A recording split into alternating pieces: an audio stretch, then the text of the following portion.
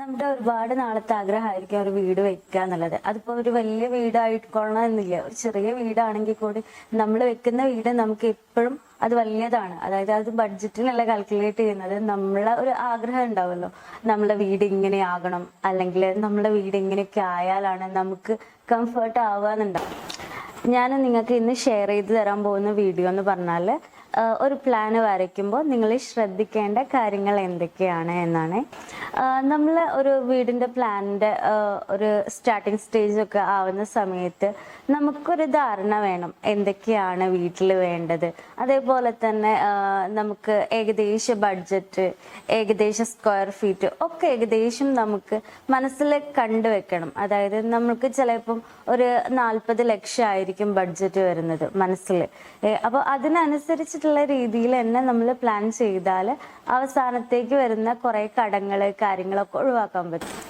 ഇനി റിക്വയർമെന്റ്സ് എന്ന് പറയുന്നത് നമുക്ക് നമ്മുടെ വീട്ടിൽ എന്തൊക്കെയാണ് വേണ്ടതെന്ന്, അതായത് നമുക്ക് sit out, living, dining area, അതേപോലെ തന്നെ ചിലപ്പോൾ ഗ്രൗണ്ട് ഫ്ലോറിൽ തന്നെ 2 ബെഡ്റൂം ഉദ്ദേശിക്കുന്ന ആൾക്കാരുണ്ടാവും, അല്ലെങ്കിൽ ഗ്രൗണ്ട് ഫ്ലോറിൽ സിംഗിൾ ബെഡ്റൂം ഉദ്ദേശിക്കുന്ന ആൾക്കാരുണ്ടാവും, എല്ലാത്തിലും അറ്റാച്ച്ഡ് ഉദ്ദേശിക്കുന്ന ആൾക്കാരുണ്ടാവും, ഡ്രസ്സിങ് ഏരിയ, പ്രയർ ഏരിയ, കോട്ടയാട്, അങ്ങനെ ഓരോരുത്തരുടെ ആഗ്രഹങ്ങൾ വേറെ വേറെയാണ്. അപ്പം അതിനനുസരിച്ചിട്ട് നമ്മളെ മനസ്സിൽ നമുക്ക് എന്തൊക്കെയാണോ ആഗ്രഹങ്ങൾ എന്നുള്ളത് കറക്റ്റായിട്ട് നമ്മളെ എഞ്ചിനീയറോട് പറയാം. എഞ്ചിനീയർ അല്ലെങ്കിൽ ആർക്കിടെക്ട്സിനെ മീറ്റ് ചെയ്യുന്ന സമയത്ത് കഴിയുന്നതും ഫാമിലി ആയിട്ട് പോയിട്ട് ഡിസ്കഷൻ ചെയ്യുക. കാരണം വെച്ചാൽ പുതിയ അപ്ഡേഷൻസ് കാര്യങ്ങളൊക്കെ അവർ ഷെയർ ചെയ്യുമ്പോൾ നമ്മൾ ഫാമിലിയിലുള്ളവർക്കും പാടെ എന്താ പറയുക ഇൻവോൾവ് ചെയ്യാൻ പറ്റുന്ന രീതിയിലാകുമ്പോൾ നമുക്ക് കുറച്ചുകൂടി നല്ല രീതിയിലുള്ള ഔട്ടിലേക്ക് കൊണ്ടുവരാൻ പറ്റും. നിങ്ങൾക്ക് എന്തൊക്കെ വേണം എന്നുള്ളത് മുഴുവൻ നമ്മൾ എഞ്ചിനീയേഴ്സിനോട് അല്ലെങ്കിൽ ആർക്കിടെക്ട്സിനോട് പറയാം. കാരണം വെച്ചാൽ നിങ്ങൾക്ക് എത്ര ബെഡ്റൂംസ് വേണം, prayer area, family living, study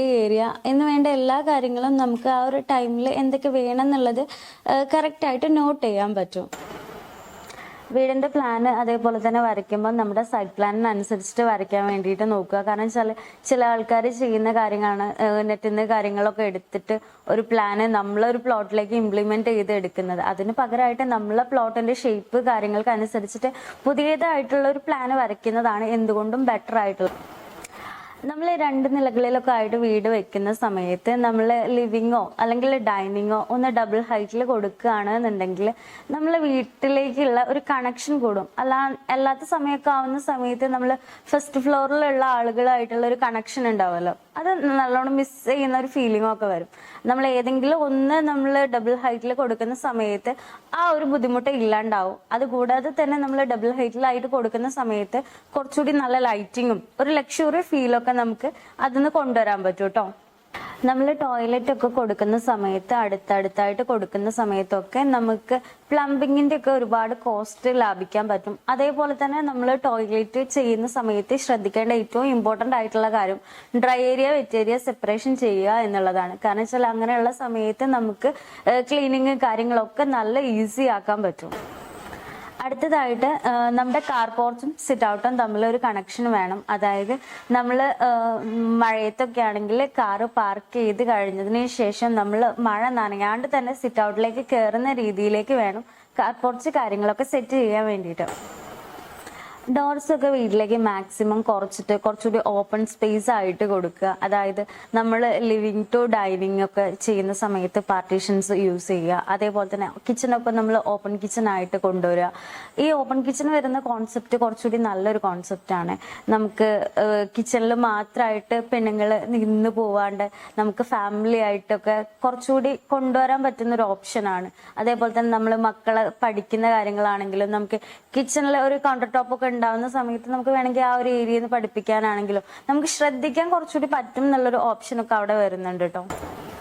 അതേപോലെ തന്നെ നമ്മളെ പ്ലാനിൽ പ്രൈവസിക്ക് ഇമ്പോർട്ടൻസ് നൽകിയിട്ടല്ലേ ചെയ്തിട്ടുള്ളതെന്ന് ചെക്ക് ചെയ്യണം. കാരണം വെച്ചാൽ നമ്മൾ കുറച്ച് പഴയ വീടൊക്കെ നോക്കിയാൽ കാണാം നമുക്ക് ലിവിങ്ങിൽ നിന്ന് ഡയറക്റ്റ് ആയിട്ട് ബെഡ്റൂമിലേക്ക് കാണുന്ന രീതിയിലൊക്കെ ആയിരിക്കും ബെഡ്റൂമൊക്കെ സെറ്റ് ചെയ്തിട്ടുള്ളത്. എന്നാൽ നമുക്ക് ഇപ്പോൾ ഒരു വീട്ടിലേക്ക് പോകുന്ന സമയത്ത് നമ്മളെ ലിവിങ്ങിൽ നിന്നുള്ളത് മാറിയിട്ട് ഡൈനിങ് ഏരിയയിൽ നിന്നായിരിക്കും ബെഡ്റൂമിലേക്കുള്ള ആക്സസ്. അതുകൊണ്ട് തന്നെ നമുക്ക് ലിവിങ്ങിൽ ഒരു ഗസ്റ്റ് വരുന്ന സമയത്ത് ആ ഒരു പ്രൈവസി കാര്യങ്ങളൊന്നും നമ്മൾ ബെഡ്റൂമിലുള്ള ആൾക്കാരെ എഫക്ട് ചെയ്യുന്നില്ല. അങ്ങനത്തെ കാര്യങ്ങളൊക്കെ നോക്കിയിട്ട് വേണം പ്ലാന് ഡിസൈൻ ചെയ്യാൻ വേണ്ടിയിട്ട്. അതേപോലെ തന്നെ ഇപ്പൊ പുതിയ വീടൊക്കെ കുറച്ചുകൂടി ഭംഗിയിൽ വരാനുള്ള ഒരു കാരണമാണ് നമ്മൾ ലാൻഡ്സ്കേപ്പിങ്ങിന് ഇമ്പോർട്ടൻസ് നൽകുന്നത്. നമുക്ക് ലാൻഡ്സ്കേപ്പിംഗ് ഒക്കെ ചെയ്യുന്ന സമയത്ത് നമ്മളെ വീട് ഒരു ഫ്രഷ് ആയിട്ടുള്ള ഒരു ഫീലാണ് വരുന്നത്. അപ്പം കൂടുതലും നമുക്ക് പ്ലാന്റ്സ് കാര്യങ്ങളൊക്കെ ഇൻഡോർ പ്ലാന്റ്സ് ഒക്കെ വെക്കുന്ന സമയത്ത് മെയിൻ്റനൻസ് കുറവുള്ളതൊക്കെ ഉണ്ട്. അപ്പൊ ആ ഒരു രീതിയിലൊക്കെ ചെയ്യുന്ന സമയത്ത് നമുക്ക് വീട് നല്ലൊരു ഫ്രഷ് ആയിട്ട് നിൽക്കും. അപ്പം ആ ഒരു കാര്യങ്ങളൊക്കെ ശ്രദ്ധിക്കാം. നമുക്ക് കോട്ടയാട് കാര്യങ്ങൾ കൊടുക്കാം, അല്ലാന്നുണ്ടെങ്കിൽ പ്ലാന്റ്സ് വെക്കാം, അങ്ങനെയൊക്കെ ചെയ്യാം. വിൻഡോസ് ഒക്കെ കൊടുക്കുന്ന സമയത്ത് വലിയ വിൻഡോസ് കൊടുക്കുക. അതേപോലെ തന്നെ ബേ വിൻഡോസ് ഒക്കെ ഇപ്പം ട്രെൻഡിങ് ആയിട്ട് വരുന്നുണ്ട്. ഓപ്പൺ ബാൽക്കണീസ് ട്രെൻഡിങ് ആയിട്ട് വരുന്നുണ്ട്. അപ്പൊ ആ ഒരു രീതിയിലൊക്കെ നമ്മൾ വീട് ഇനി അറേഞ്ച് ചെയ്യുക. പുതിയ പ്ലാനൊക്കെ വരയ്ക്കുന്ന സമയത്ത് ഇതൊക്കെ കൊണ്ടുവരാൻ നോക്കുക. കാരണം വെച്ചാൽ നമ്മളെ വീട് എന്ന് പറഞ്ഞാൽ അത്രയും ഭംഗിയാക്കിയിട്ടൊക്കെ കിട്ടുക എന്ന് പറഞ്ഞാൽ വലിയ കാര്യമല്ലേ. അപ്പം ഇങ്ങനത്തെ കാര്യങ്ങളൊക്കെ ശ്രദ്ധിക്കുക. ഇതിലല്ലാണ്ട് ഏറ്റവും ഇമ്പോർട്ടന്റ് ആയിട്ടുള്ള കാര്യം എന്ന് പറഞ്ഞാൽ നമ്മൾ പ്ലാനിലുള്ള സ്ക്വയർ ഫീറ്റ് വേസ്റ്റേജ് ഇല്ലാതെയാണോ പ്ലാൻ ചെയ്തത് എന്ന് നോക്കണം. ഇനിയുള്ള ഒരു കാര്യമാണ് വാസ്തു എന്ന് പറയുന്നത്. വാസ്തു നിങ്ങൾക്ക് നോക്കിയിട്ട് ചെയ്യുന്ന ആൾക്കാരും ഉണ്ട്, നോക്കാണ്ട് ചെയ്യുന്ന ആൾക്കാരും ഉണ്ട്. അതൊക്കെ ഒരു പേഴ്സണൽ ചോയ്സ് ആണ്. ഇപ്പോഴത്തെ ഒരു രസകരമായിട്ടുള്ള കാര്യം എന്ന് പറഞ്ഞാൽ നമ്മളെ നാട്ടില് ഗ്രാൻഡ് പാരൻസിന് വേണ്ടിയിട്ടും പാരൻസിന് വേണ്ടിയിട്ടും ഒക്കെ വാസ്തു നോക്കിപ്പിക്കുന്ന ആൾക്കാരാണ് കൂടുതലും ഉള്ളത്. പിന്നെ ഒരു കാര്യം എന്ന് പറഞ്ഞാൽ നമ്മൾ ചില ആൾക്കാർ ആർക്കിടെക്ട്സിനെ കൊണ്ടൊക്കെ പ്ലാന് വരപ്പിച്ച് റെഡി ആക്കിയിട്ട് വെക്കും. എന്നിട്ട് ആശാരി കുറ്റിയടിക്കാൻ വരുന്ന ആ ഒരു മൊമെന്റ് ഉണ്ടാവല്ലോ, ആ ഒരു മൊമെന്റിൽ ആള് പറയുന്ന രീതിയിലേക്ക് മാറ്റിയിട്ട് കുറ്റി അടിക്കുന്ന ഒരു സ്ഥിതി വരുന്നുണ്ട്. പക്ഷെ വെച്ചാൽ അങ്ങനെ നിങ്ങൾ ചെയ്യുന്ന സമയത്ത് നിങ്ങൾക്ക് വീട്ടിലേക്ക് ആർക്കിടെക്ട്സ് ഒക്കെ ഡിസൈൻ ചെയ്ത് തന്നിട്ടുള്ള സൗകര്യങ്ങളൊക്കെ മാറിയിട്ട് പോകും.